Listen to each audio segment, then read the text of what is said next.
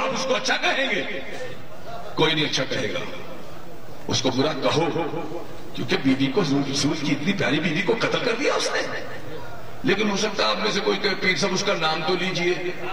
تو بھائی کچھ کام میرا ہے کچھ کام آپ کا ہے. آپ بھی کچھ کیجئے. سارا مجھ پر ہی کیوں رکھتے ہیں کہ آپ ہی بتائیے. اور ہو سکتا ہے بھائی میں چونکہ اپنی نگاہ میں اسجد رضوی کو بہت بڑا فقیر ملنگ سمجھتا ہوں, اس کی بات کا انکار کرنے کی مجھ میں ضرورت نہیں ہے. اور وہ مجھے کہ نہیں پھر سب بتائیے, تو میں کہوں گا کہ اس پاک ماحول میں جہاں عباس کے علم ہو میں ایسا نام نہیں لے سکتا.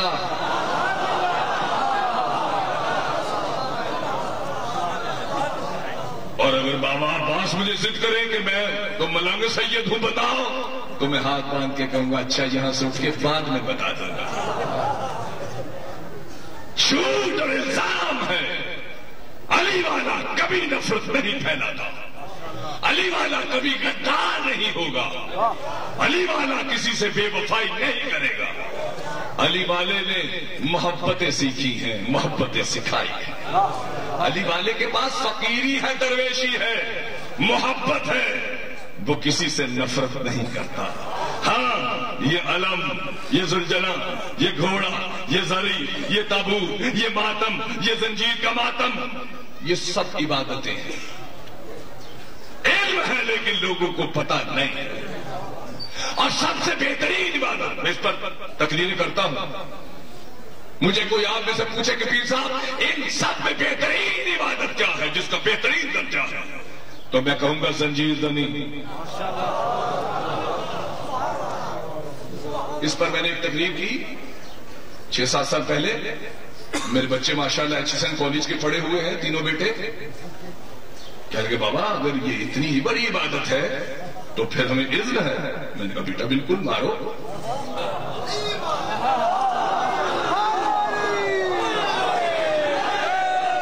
میرے تینوں بیٹے الحمدللہ تعالی 7 سال سے زنجیر زنی کرتے ہیں. میں بہت خوش ہوں کہ چلو میں جو نہ کر سکا اولاد نے تو کر دیا.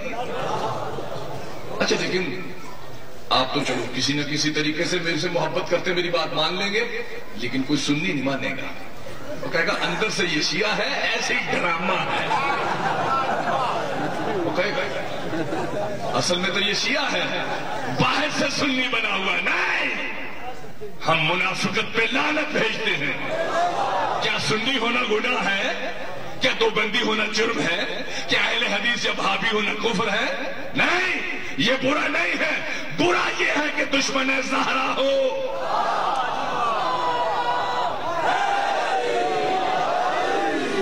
اگر دشمنی شہزادی کونین ہے تو کتنا ہی بڑا کیوں نہیں ہے جہنمی ہے. ناموں میں کیا رکھا ہے, ناموں میں کیا رکھا ہے. اس کے لیے میرے پاس دلیل ہے, اور اتنی مضبوط دلیل ہے. اور میں جانتا ہوں کہ علی والے بغیر دلیل کوئی بات ماننے کو تیار نہیں ہے. دلیل یہ ہے کہ سنو,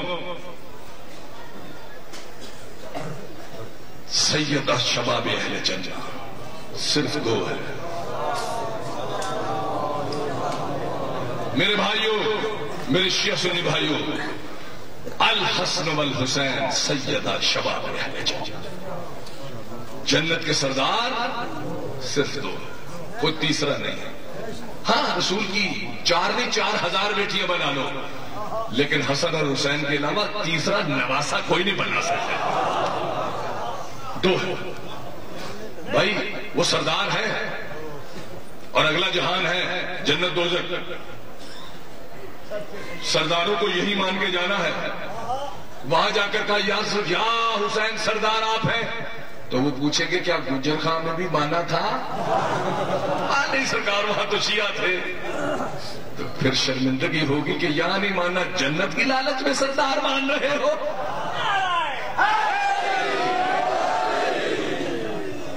نمرود نے آگ جلائی,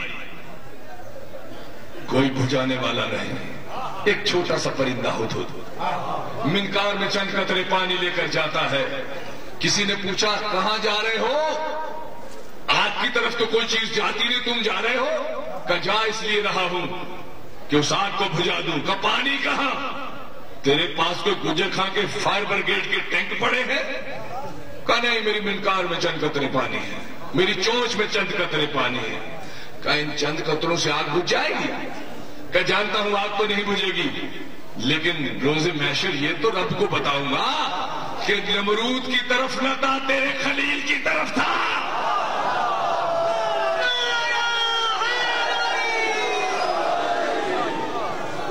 اس لیے زنجیر زنے کے داغ ڈلوا رہا ہوں کہ جب پشت پر کچھ نہ ہوگا تو کم از کم اس دن یہ تو ہو کہ کہیں حسین ہماری پشت کو دیکھ لیجئے، یزید کی طرف نہ تھے، آپ کی طرف تھے۔ ایمان سلامت ہر کوئی منگدا، عشق سلامت کوئی ہو، جس منزل تے عشق پچاوے ایمان نو خبر نہ کائی۔ اب ایسے کرنی 1.5 لاکھ صحاب ہیں، اب ایسے کرنی بڑے حج نہیں کرتا تھا، بڑی نمازیں نہیں پڑھتا تھا، بڑی تراویح نہیں پڑھتا تھا، شبینوں میں نہیں جاگتا تھا، کام ایک ہی کیا تھا۔ ادھر احد میں حضور کے 2 دانت شہید ہوئے، 32 کے 32 اپنے نکال دیے۔ مسلمانوں، حضور کو چاہیے تھا اگر حضور آپ کی مرضی مانتے، اللہ کی نہ مانتے، تو حضور کہتے بڑا ظالم ہے، دوزخ میں جائے گا۔ یہ کیا کیا اس نے؟ خون نکال دیا، بہت ظالم آدمی ہے۔ جب صحابہ نے پوچھا یا رسول اللہ، کرن میں بکریاں چرانے والے نے جس نے کبھی آپ کو دیکھا بھی نہیں، آپ کے عشق میں 32 دانت نکال لیے ہیں، تو 1.5 لاکھ صحاب میں واحد صحابی جس کو صنعت عشق عطا فرمائی، کا ویسے کرنی ہمارا عاشق ہے۔ یہ ہے عشق، یہ علم، یہ تابوت، یہ ماتم، یہ زمین پر بیٹھنا کیا ہے؟ عشق ہے۔ اور جس نے بھی عشق کیا، 2-4 منٹ ہے، لیٹ ہو گئے، لیکن میں کیا کروں، نلائق بچے کا بستہ ہی بڑا بھاری ہوتا ہے۔ 2 منٹ، مجھے ایک حدیث یاد آ گئی، اگر میں وہ نہ سنائی تو نا انصافی ہوگی۔ میرا دل چاہتا ہے لیکن میرا گلا کام نہیں کر رہا۔ حضور علیہ الصلوۃ والسلام، بس 2 منٹ، مجھے پتا ہے ماتمی حضرات ماتم کرنا چاہتے ہیں، اچھا اللہ آپ کو سلامت رکھے، اور یہ ماتم آپ ہمیشہ کرتے رہیں تاکہ یہ چھپ چھپ کی آوازیں ان سینوں پہ جب لگے، ان دماغوں پہ لگے تو ان کا بھی ضمیر بیدار ہو جائے، اور پتہ چلے کہ حسین کے قتل پر آج بھی کچھ عاشق احتجاج کر رہے ہیں۔ حضور علیہ الصلوۃ والسلام، حدیث کی کتاب کا نام ضبطۃ الحدیث، حضور صحابہ کی بار میں بیٹھے ہیں اور فرما رہے ہیں میرے صحابہ میری امت پر 7 وقت بڑے ہی ہیبتناک، بڑے ہی دردناک، بڑے ہی وحشتناک، بڑے ہی خوفناک آنے والے ہیں۔ اب اس کی شرح میں نہیں کروں گا، ورنہ اس کی شرح میں 2 گھنٹے میں تقریر کرتا ہوں، میں 2 منٹ میں آپ کی بات ختم کر دوں گا۔ میری امت پر 7 وقت بتانا یہ چاہتا ہوں کہ آپ جو گھروں سے آئے ہیں، میری بیٹیاں میری بہنیں جو گھروں سے آئی ہیں، یہ کارآمد ہے، یہ کسی کے کھاتے میں آپ پڑھ رہے ہیں، اس کا فائدہ ہی فائدہ ہے، نقصان نہیں ہے۔ دنیا سمجھے کہ یہ عشق کی مستی اہل بیت کیا ہے۔ کہ یا رسول اللہ وہ کون سے 7 مقامات ہیں؟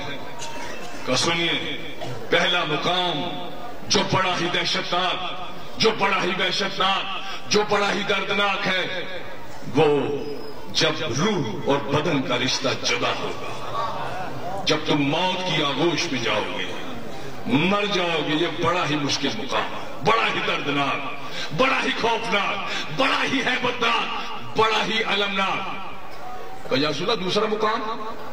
کا دوسرا مقام وہ ہے کہ جب تمہیں قبر میں رکھ کے آیا جائے گا۔